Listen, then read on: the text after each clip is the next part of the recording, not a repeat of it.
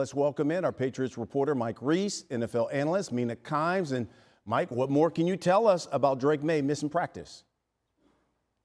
Well, Brian, I want to add to something that you just heard from Mike Vrabel. He was asked to clarify that if Drake Maye was not ill, would he have practiced today? And he said yes. But here's the deal.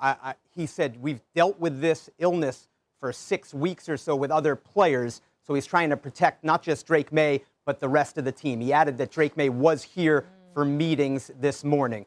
But you can't talk about this without mentioning the shoulder. And I want to drill down, Brian, on what we know and also what I saw with my own two eyes. In terms of what we know, Drake Maye has acknowledged he is not 100%, but he expressed confidence that he would be able to get there by the time the Super Bowl arrives, and he didn't think the shoulder would affect his ability to throw in the Super Bowl. But I want to tell you, it was unusual. When I was at practice Thursday and he was there, we usually see the quarterbacks throw at practice, and none of the quarterbacks threw at practice. So Mike Vrabel said they've got their game plan in for first down, second down, and third down. They'll have 4 practices out in California, and all eyes will be on Drake Maye and how much he's throwing in those practices in California. Yeah, absolutely. Okay, Mina, assuming Drake is good for the Super Bowl on Sunday, give me your key for the Patriots offense to top Seattle's defense, which is top rated in the NFL. Yeah, well, they're going to need that shoulder to work because Drake Maye, I believe, is going to have to push the ball downfield for New England to have success. This is not a defense you can dink and dunk on. This is not a defense you can run the ball easily on. Fortunately for New England, Drake Maye was arguably the best deep ball thrower in the NFL this year. And the stat I'm interested in, I'm looking at, is the tight window completions. He led all quarterbacks in tight window completions downfield, throwing to Kayshon Boutte, who's really emerged as a threat in that regard, Stephon Diggs as well.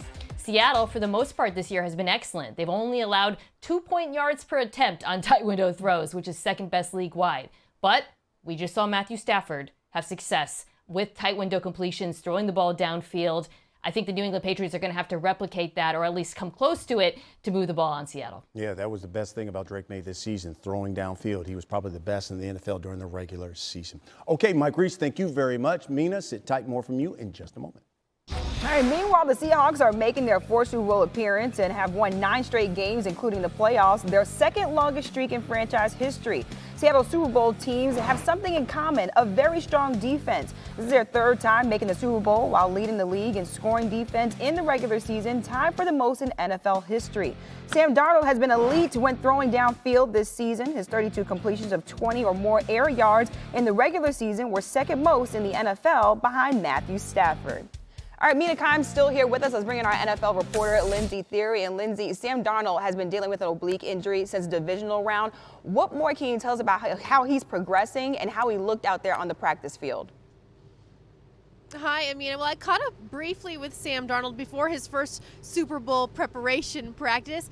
He tells me he's feeling good. I asked him, of course, how many times are you going to throw the ball today, Sam? He joked around, 1 or 2. Obviously, he doesn't exactly want to reveal what the plan is for his practice. I can tell you, Amina, he was officially listed as limited on the participation report.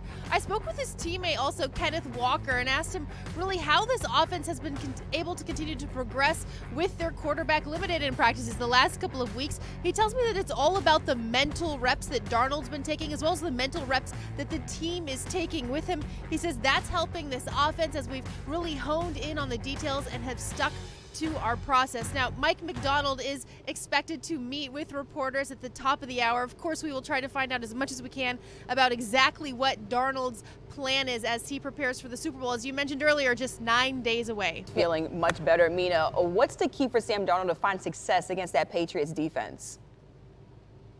Yeah, I think leaning into something that Seattle's done extremely well this year, which is the play-action passing attack. When they use play-action, they average 10.3 yards per play, which unsurprisingly leads the NFL. They are phenomenal when they put heavy bodies on the field. Sam gets under center. That's how a lot of their explosives originate.